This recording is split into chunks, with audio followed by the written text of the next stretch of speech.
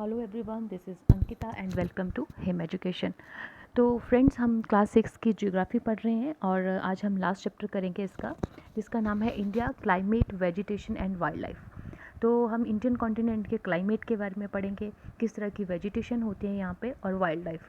तो इन तीन चीज़ों के बारे में आज के चैप्टर में हम पढ़ेंगे। ये लास्ट चैप्टर है, इसके बाद हम 7th क्लास की ज्योग्राफी जो है उसको पढ़ेंगे। तो अगर पिछले चैप्टर आपने नहीं पढ़े हैं तो प्लेलिस्ट का लिंक दिया हुआ है, आप वहाँ से जो सारे चैप्टर्स हैं क्लास 6 की ज्योग्राफी के वो पढ़ सकते हैं। बहुत ही इंपॉर्टेंट है ये, स्पेशली केवीएस और सीटेट के लिए। केवीएस पीआरटी का जो भी सिलेबस है वो एनसीईआरटी से ही है, और पिछला पेपर भी जो है वो स्पेशली उन्होंने एनसीईआरटी से ही पूछा है। तो आप इनको कंसिडर कर सकते हैं। तो आइए शुरू करते हैं आज का चैप्टर। अब सबसे पहले इन्होंने क्वेश्चन पूछा है कि वेदर क्या होता है। वेदर होता है, it is a day to day changes in the atmosphere. जो हमारे रोज़ के जो चेंजेस होते हैं एटमॉस्फेयर में, जैसे कभी धूप होती है, कभी बादल होती है, कभी बारिश हो रही है। तो इस तरह से क्या होता है, ये जो डे टू डे चेंजेस हैं उनको हम वेदर कहते हैं। इनमें बहुत सारी चीज़ें जो है इंक्लूड होती हैं कि अभी एकदम से जो है बादल आ गए और एकदम से बारिश लग पड़ी, उन्हें थोड़ी देर बाद जो है धूप निकल आई, या कभी हवा चल रही है। तो इस तरह के जो डे टू डे चेंजेस हैं उनको हम वेदर करते हैं। तो ब्रॉडली अगर हम बात करें कि इंडिया में कितने सीजन्स हैं, इंडिया में जो 4 सीज़न हैं जिनको हम रिकॉग्नाइज़ करते हैं। नंबर 1 इज़ कोल्ड वेदर, जिसको हम बोलते हैं विंटर सीज़न, जो दिसंबर टू फरवरी तक होता है। दूसरा होता है हॉट वेदर सीज़न, जिसको हम समर्स कहते हैं, जो मार्च से मई मंथ तक होता है। Next is south west monsoon, south west monsoon season, जिसको हम रेनी सीज़न कहते हैं, जो होता है जून से सितंबर। And the fourth one is season of retreating monsoon, जिसको ऑटम कहते हैं हम, जो अक्टूबर से नवंबर तक होता है। तो हमारे पास 4 मेजर सीज़न होते हैं हमारे इंडियन कॉन्टिनेंट में। हम बारी बारी से इनके बारे में पढ़ेंगे। सबसे पहले हमारे पास आता है कोल्ड वेदर सीज़न और विंटर्स। ठीक है, अब कोल्ड वेदर, सर्दियाँ कब आती हैं? अगर आपने पिछले चैप्टर पढ़े हैं तो आपको याद होगा, अगर नहीं पढ़े हैं तो हम एक बार फिर से उसको रिवाइज़ कर लेते हैं। इसीलिए मैं कह रही हूँ कि आप पिछले चैप्टर एक बार पढ़ लीजिए, क्योंकि हर एक चैप्टर जो है वो एक दूसरे चैप्टर के साथ लिंक है। हर एक का कंटेंट जो है वो दूसरे के साथ लिंक्ड है। तो अगर आप पिछले जो कंटेंट आपने पढ़ा होगा तो बहुत ईजिली जो है वो नेक्स्ट चैप्टर आपको समझ में आ जाएगा। तो अगर हम वहाँ से थोड़ा सा रिवीजन करें, हमें पता है कि अर्थ जो है वो थोड़ी सी टिल्ट होके क्या करती है, रोटेट करती है अपने एक्सिस के ऊपर। तो ये सन है, सन के अराउंड रिवॉल्व कर रही है।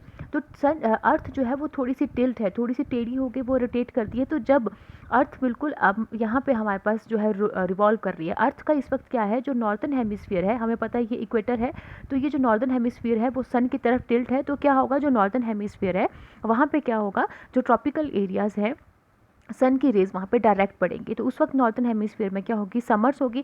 और जब अर्थ रिवॉल्व करके यहाँ पे पहुँचेगी, अब अर्थ तो वैसे ही टिल्ट है जैसे वो ऑलरेडी है, तो नॉर्दर्न हेमिस्फीयर यहाँ पे है और ये साउदर्न हेमिस्फीयर। तो क्या होगा, इस वक्त क्या होगा, साउदर्न हेमिस्फीयर जो है वो सन के जो है सन की तरफ होगा। तो इसलिए साउदर्न हेमिस्फीयर में समर्स होंगी और नॉर्थन में विंटर्स होंगी। तो अगर हम कोल्ड वेदर की बात करें और विंटर्स की बात करें, उस वक्त क्या होता है, जो साउदर्न हेमिस्फीयर है वो सन की तरफ टिल्ट होता है, और नॉर्दर्न हेमिस्फीयर जो है वो उसमें सन की रेज जो है वो डायरेक्ट नहीं पड़ती, इस वजह से वहाँ ज़्यादा ठंड होती है। ठीक है, अगर हम हॉट वेदर की बात करें, समर्स, तो हमने अभी पढ़ा जैसे कि जिस वक्त समर्स कब होते हैं, जब नॉर्दर्न हेमिस्फीयर जो है वो टिल्ट होता है सन की तरफ। उसकी वजह से क्या होता है, जो सन की रेज हैं वो ज़्यादा या कम डायरेक्टली जो है इस रीजन के ऊपर पड़ती हैं, जो ट्रॉपिकल रीजन है। तो टेम्परेचर हाई होता है और गर्म, जिसको हम बोलते हैं हवाएं चलती हैं, जिसको हम इंडिया में लू कहते हैं। ठीक है, तो ये 2 वेदर हमने पढ़े, कोल्ड वेदर और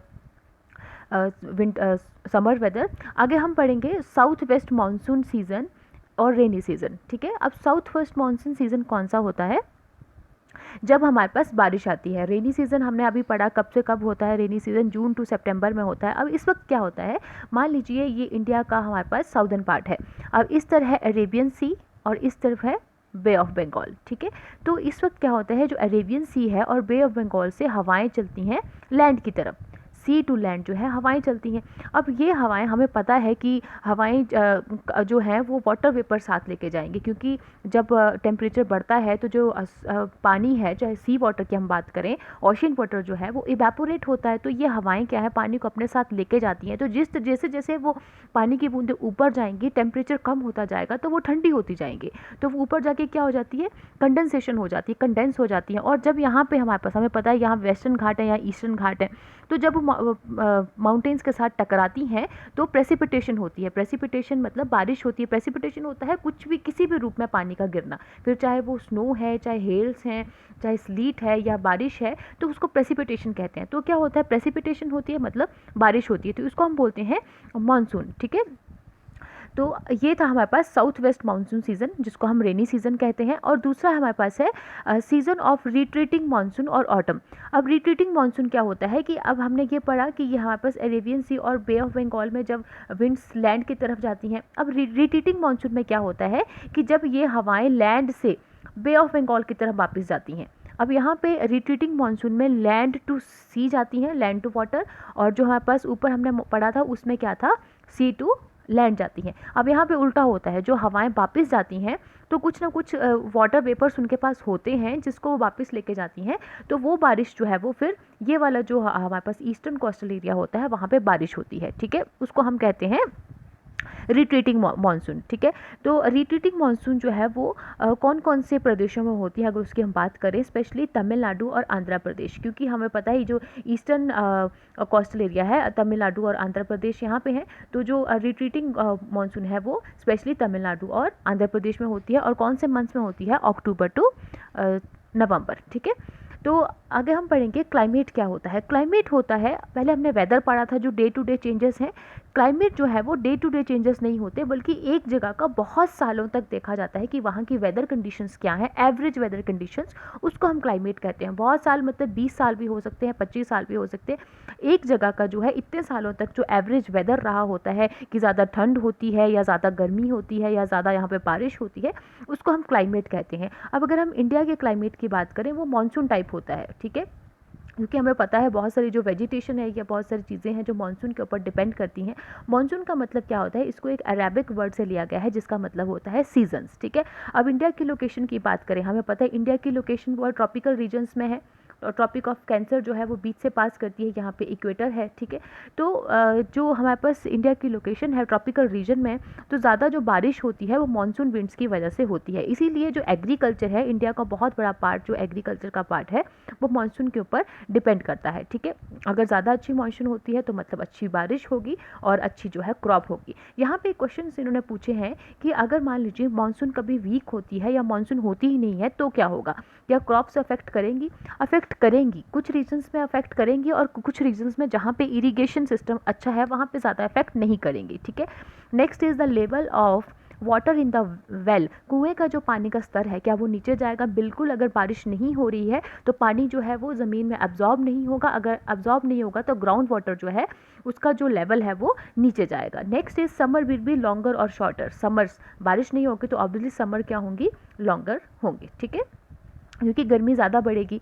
आगे हम क्लाइमेट की बात कर रहे थे, तो क्लाइमेट किन किन चीज़ों के ऊपर जो है डिपेंडेंट होता है। क्लाइमेट जो है किसी जगह का वो किन चीज़ों से अफेक्ट होता है, तो हम वो है लोकेशन के ऊपर, एल्टीट्यूड के ऊपर, डिस्टेंस के ऊपर, distance from the sea and relief. बिल्कुल सही बात है, हमने पढ़ा था, पीछे भी हम पढ़ते आ रहे हैं कि जो माउंटेन्स होते हैं वहाँ पे क्या होता है, जैसे जैसे हम एल्टीट्यूड, जैसे जैसे ऊंचाई बढ़ती जाएगी क्या होगा, टेम्परेचर डाउन होता जाएगा। ठीक है, तो वहाँ पे ज़्यादा ठंड होगी। और जैसे जैसे हम जो है प्लेन्स की तरफ जाएंगे या सी की तरफ जाएंगे क्या होगा, टेम्परेचर बढ़ता जाएगा तो गर्मी हो जाएगी। अगर हम सी की बात करें, जो कोस्टल एरियाज़ होते हैं वहाँ पे क्या होता है कि पानी जो होता है हवा में उसकी जो क्वांटिटी होती है बहुत ज़्यादा होती है, क्योंकि इवेपोरेशन ज़्यादा होती है तो वाटर वेपर ज़्यादा होते हैं, इसीलिए ह्यूमिडिटी वहाँ पे ज़्यादा होती है, गर्मी ज़्यादा होती है। और अगर हम जैसे जैसे एल्टीट्यूड बढ़ता जाएगा तो वहाँ पे जैसे हमारे पास जो हिमालयाज़ हैं, अगर हम उस सीज़न की बात करें, टेम्परेचर बहुत कम होता है, वहाँ पर सर्दी होती है, वहाँ पर बारिश कम होती है, क्योंकि हमें पता है कि जब हम एल्टीट्यूड पर जाते हैं तो वहाँ पर जाके जो एयर की डेंसिटी है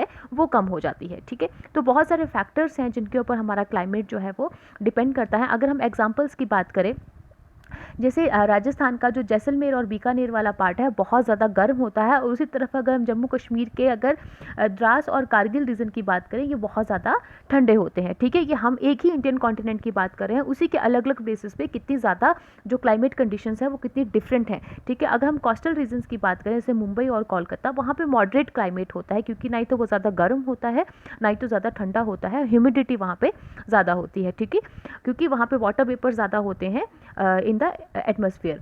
तो सबसे ज़्यादा बारिश कहाँ होती है, अगर ऐसा क्वेश्चन आता है तो ये बहुत इंपॉर्टेंट है कि जो मेघालय है, नॉर्थ ईस्टर्न स्टेट, वहाँ पे ये स्पेशली माइसनराम जो जगह है वहाँ पे जो है वर्ल्ड्स हाईएस्ट रेनफॉल, सबसे ज़्यादा बारिश जो है वो मेघालय के माइसनराम में होती है। और उसी तरफ अगर हम बात करें राजस्थान के जैसलमेर की, वहाँ पे कई बार तो बारिश बिल्कुल भी नहीं होती है। तो कितना ज़्यादा हम देख सकते हैं कि एक ही जो इंडियन सब कॉन्टिनेंट है उसी हमारी जो कंट्री है उसकी अलग अलग जगह पे कितनी ज़्यादा जो है वेरिड क्लाइमेटिक कंडीशन है। अब नेक्स्ट है नेचुरल वेजिटेशन क्या होती है। नेचुरल वेजिटेशन वो होती है कि जो वेजिटेशन ह्यूमन की इंटरफेरेंस के बिना, जिसमें इंसान का कोई इंटरफेरेंस नहीं है, वो अपने आप जो है वो ग्रो करती है, उसको हम कहते हैं natural vegetation. The grasses, shrubs and trees which grow on their own without interference or help from human being are called natural vegetation. अगर हम इंडिया की बात करें, हमने अभी पढ़ा कि कितनी ज़्यादा क्लाइमेटिक डिफ्रेंशिएशन होती हैं, वेरिड क्लाइमेटिक कंडीशंस होती हैं, तो उनके ऊपर अगर हम बात करें, उनको ध्यान में रख के चलें, तो अगर हम इंडिया की वेजिटेशन की बात करें तो हम उसको 5 पार्ट्स में जो है वो डिवाइड करते हैं। वो कौन कौन सी हैं? वो है हमारे पास ट्रॉपिकल एवरग्रीन फॉरेस्ट, ठीक है, और हमारे पास आते हैं tropical deciduous forest, thorny bushes, mountain vegetation and mangrove forest, ठीक है। तो 5 तरह की वेजिटेशन होती हैं। आगे हम इनके बारे में जो है वो डिटेल में पढ़ेंगे, ठीक है। तो सबसे पहले हम पढ़ेंगे ट्रॉपिकल एवरग्रीन फॉरेस्ट के बारे में, जो है tropical evergreen forest. Tropical evergreen forest कौन से होते हैं? जहाँ पे सबसे ज़्यादा बारिश होती है, ठीक है। वो बहुत ज़्यादा डेंसली, एक तरह से बोल सकते हैं, बहुत घने होते हैं, क्योंकि जो सनलाइट है वो ग्राउंड तक नहीं पहुँच पाती, इतने ज़्यादा घने होते हैं। तो अलग अलग तरह के वहाँ पे ट्रीज़ होते हैं, बहुत टाइप की वहाँ पे वेजिटेशन होती है, ठीक है। और इसी वजह से क्या होता है, वो एक टाइम पे जो है अपने पत्ते जो है वो नहीं गिराते, इसके लिए इसी वजह से वो हमेशा जो है हरे नज़र आते हैं, इसीलिए उनको एवरग्रीन फॉरेस्ट कहते हैं। अगर इंपॉर्टेंट ट्रीज़ कौन से होते हैं एवरग्रीन फॉरेस्ट में, उनकी अगर हम बात करें तो वो है हमारे पास मेहोगनी, नंबर 1 मेहोगनी, और उसके बाद है इबोनी, ठीक है, and the number 3 is rosewood, ठीक है। ये 3 तरह की वेजिटेशन जो है वो ट्रीज़ होते हैं, कहाँ पे? एवरग्रीन ट्रॉपिकल रेन फॉरेस्ट में, जिनको हम एवरग्रीन फॉरेस्ट भी कहते हैं। और ये कहाँ पे पाई जाती है इस तरह की वेजिटेशन? जो हमारे पास अंडमान और निकोबार आइलैंड है वहाँ पे, और जो नॉर्थ ईस्टर्न स्टेट्स हैं जैसे मेघालय, मिज़ोरम, वहाँ पे, और जो वेस्टर्न स्लोप है हमारे पास, हमें पता है, जो अगर हम इंडिया के साउथर्न एरिया की बात करें, यहाँ पे क्या है, वेस्टर्न घाट्स हैं, तो वेस्टर्न घाट्स में भी इस तरह की जो ट्रीज़ हैं एवरग्रीन फॉरेस्ट, वो वहाँ पे पाए जाते हैं, क्योंकि वहाँ पे ज़्यादा वर्षा होती है, ठीक है। Next is tropical deciduous forest, ठीक है। ट्रॉपिकल डेसिड्यूस फॉरेस्ट ये कौन से होते हैं? इनको हम मॉनसून फॉरेस्ट भी कहते हैं। ये एक टाइम पे ही अपने जो है पत्ते, पर्टिकुलर ईयर पे अपने जो पत्ते जो है गिरा देते हैं, ठीक है। और कौन कौन से इंपॉर्टेंट ट्रीज़ होते हैं इसमें? वो है साल, टीक, पीपल, नीम और शीशम, ठीक है। ये हमारे पास कौन कौन से स्टेट्स में पाए जाते हैं? ये है मध्य प्रदेश है हमारे पास, उत्तर प्रदेश, फिर बिहार, झारखंड, छत्तीसगढ़, उड़ीसा और महाराष्ट्र के कुछ भागों में। नेक्स्ट हमारे पास आता है थॉर्नी बुशेस। थॉर्नी बुशेस जो है, इस तरह की वेजिटेशन कहाँ पाई जाती है? जहाँ पे बहुत कम बारिश होती है या बारिश नहीं होती है, ठीक है। इनकी जो लीव्स होते हैं वो थोड़े से कांटेदार होते हैं, स्पाइंस होते हैं, क्यों? ताकि जो वाटर लॉस है उसको वो कम कर सके। हमें पता है कि ट्रांसपीरेशन क्या होती है। ट्रांसपीरेशन एक ऐसी टर्म है जिसकी वजह से जो लीव्स होते हैं वो वाटर रिड्यूस करते हैं, क्योंकि ट्रांसपीरेशन से क्या होता है, जो पत्ते होते हैं पेड़ के, वहाँ से पानी जो है इवेपोरेट होता है। तो इसी तरह से जो ड्राई रीजन्स होते हैं वहाँ पे थॉर्नी बुशेस होती हैं, वह कांटेदार पत्ते जो है पत्ते होते हैं, ताकि वो ट्रांसपीरेशन से अपना पानी जो है वो रिड्यूस ना कर सकें। कौन कौन से एग्जांपल्स होते हैं इसके? कैक्टस हो गया, खैर हो गया, बबूल, कीकर, और ये कौन सी स्टेट्स में पाए जाते हैं? राजस्थान, पंजाब, हरियाणा, और जो ईस्टर्न और वेस्टर्न घाट्स जो हैं उनकी कुछ स्लोप्स, और गुजरात में, ठीक है।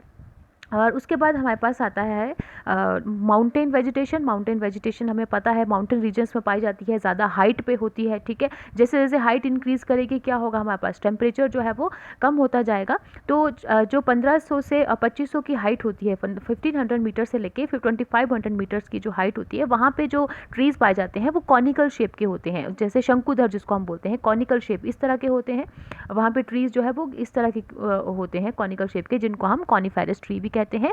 एग्जाम्पल्स की अगर हम बात करें, चीर ट्रीज, पाइन ट्रीज और देवदार जो हैं वो इंपॉर्टेंट ट्रीज हैं इन फॉरेस्ट के। And the last one is mangrove forest. और मैंग्रोव फॉरेस्ट कौन से होते हैं? मैंग्रोव फॉरेस्ट जो है वो सैलाइन वाटर में भी सर्वाइव कर सकते हैं, ठीक है।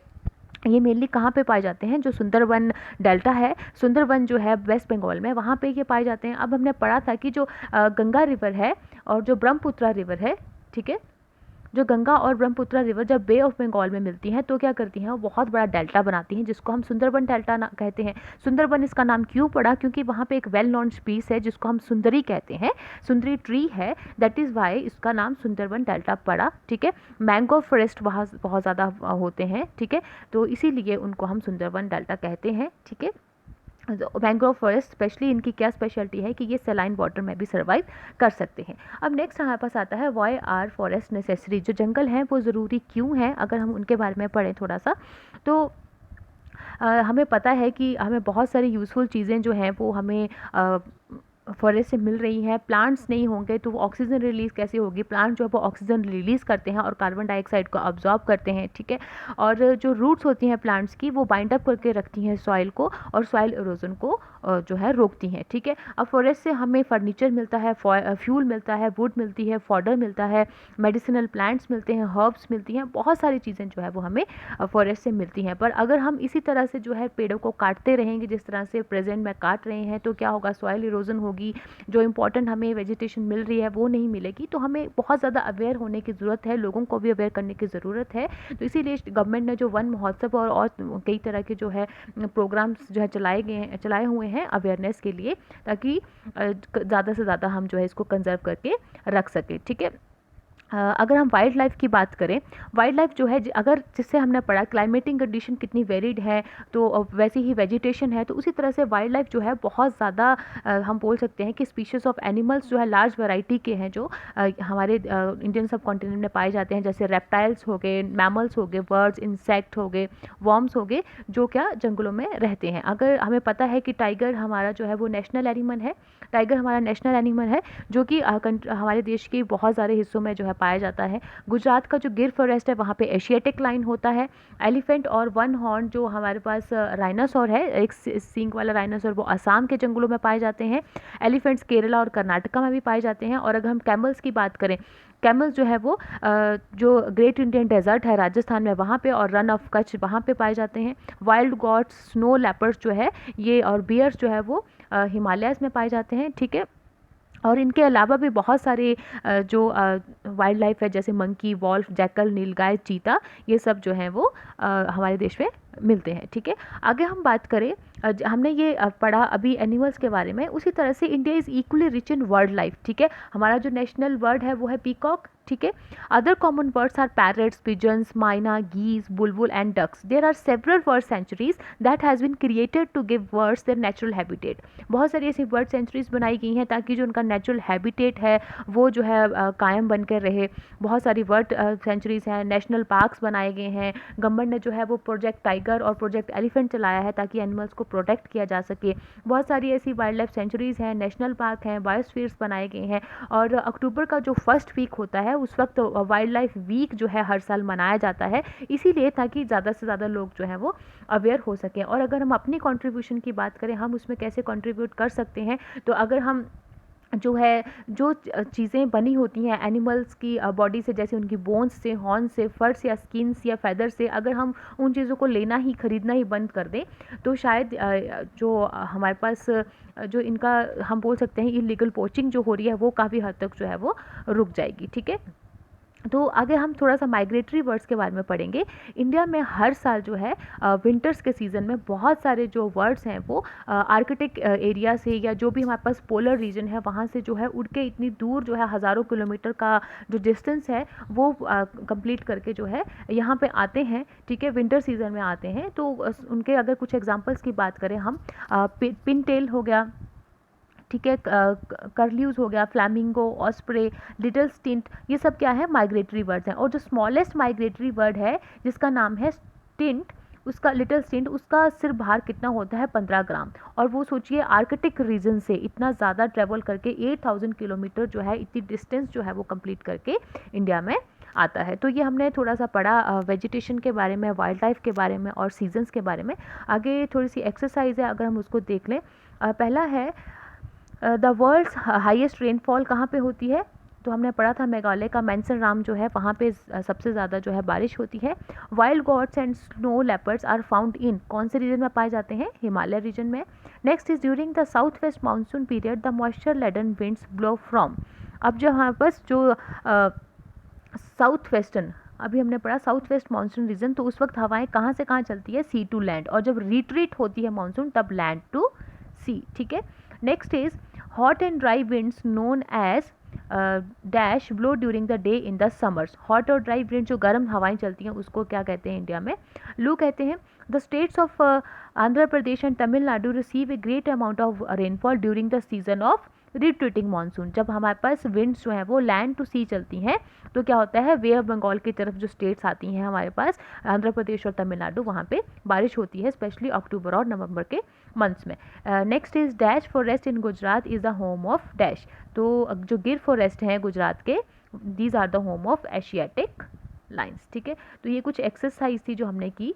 ठीक है। तो ये 6 क्लास की जो ज्योग्राफी है उसको हमने कंप्लीट कर लिया है। कोई डाउट हो तो आप जो है कमेंट बॉक्स में बता सकते हैं। अब हम 6 क्लास के कंप्लीट जो है वो क्वेश्चंस को कंप्लीट करने की कोशिश करेंगे। जितने भी एमसीक्यूज़ बन पाएंगे हम उनको जल्दी से जल्दी जो है कंप्लीट करने की कोशिश करेंगे, जिससे कि एक इवैल्यूएशन हो जाए और कोई भी ऐसा क्वेश्चन जो है वो छूटे नहीं एग्जामिनेशन पॉइंट ऑफ व्यू से। Thank you so much. Stay healthy.